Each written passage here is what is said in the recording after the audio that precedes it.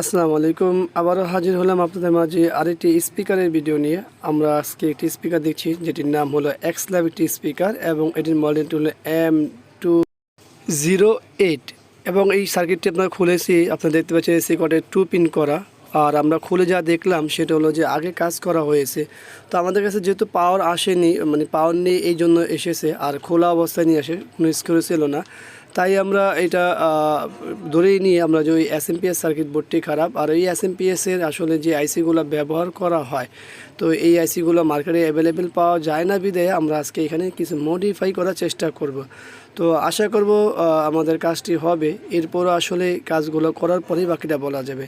তো দেখতে পাচ্ছেন আমাদের হাতে একটি অ্যাডাপ্টার আছে 12 ভোল্টের, আর একটি ক্যাপাসিটার, পাশাপাশি একটি ডায়োড। তো আমরা এই তিনটি জিনিস ব্যবহার করব এই জায়গায়। তো আমাদের সঙ্গে থাকবেন, ফুল ভিডিও দেখবেন।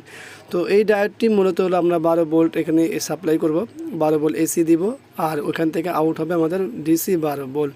তো চলুন আমরা এই কাজগুলো করব। আর তার করার আগে তো দেখতে হবে, দেখেন আমরা এখানে যে ট্রান্সফরমারটি মানে অ্যাডাপ্টারটি ব্যবহার করছি সেটি হলো 12 + 12 মানে 12 × 24। আর এখানে একটি ক্যাপাসিটার দেখতেই পাচ্ছেন 35 ভোল্ট 2200 মাইক্রোফ্যারাড ব্যবহার করছি আমরা। আপনারা চাইলে এখানে ভোল্ট 25 ভোল্টও ব্যবহার করতে পারেন, 1000 মাইক্রোফ্যারাডও ব্যবহার করতে পারেন। তো যাই হোক, আমরা আমাদের এসএমপিএস সার্কিট বোর্ডটি খুলে নিলাম এখান থেকে গাম। তো আমি একটু ভালোভাবে খেয়াল করতেছি যে আসলে এখানে সমস্যা কি। দেখতেই পাচ্ছেন এখানে 2 পিন। তো আমার কাছে সন্দেহ হচ্ছে 2 পিনটি। দেখুন আমি পাওয়ার দিয়ে মাপছি, এসি কর্ডটি মাপতেছি আসলে কানেকশন ঠিক আছে কিনা। কিন্তু আমার কাছে সন্দেহ যেটা হলো সেটাই হলো যে এখানে এসি কর্ডের একটি তার খারাপ। তো আমি সরাসরি তো মনে করছিলাম যে আমরা ট্রান্সফর্মার ব্যবহার করবো, আসলে ট্রান্সফর্মার ব্যবহার করার প্রয়োজন নেই, কারণ এসি কটের যেহেতু তার খারাপ। তো আমরা এখানে কেন এই কাজটি মানে ট্রান্সফার করতে, আগে তারটি করে দিয়ে ইনশাল্লাহ হয়ে যাব।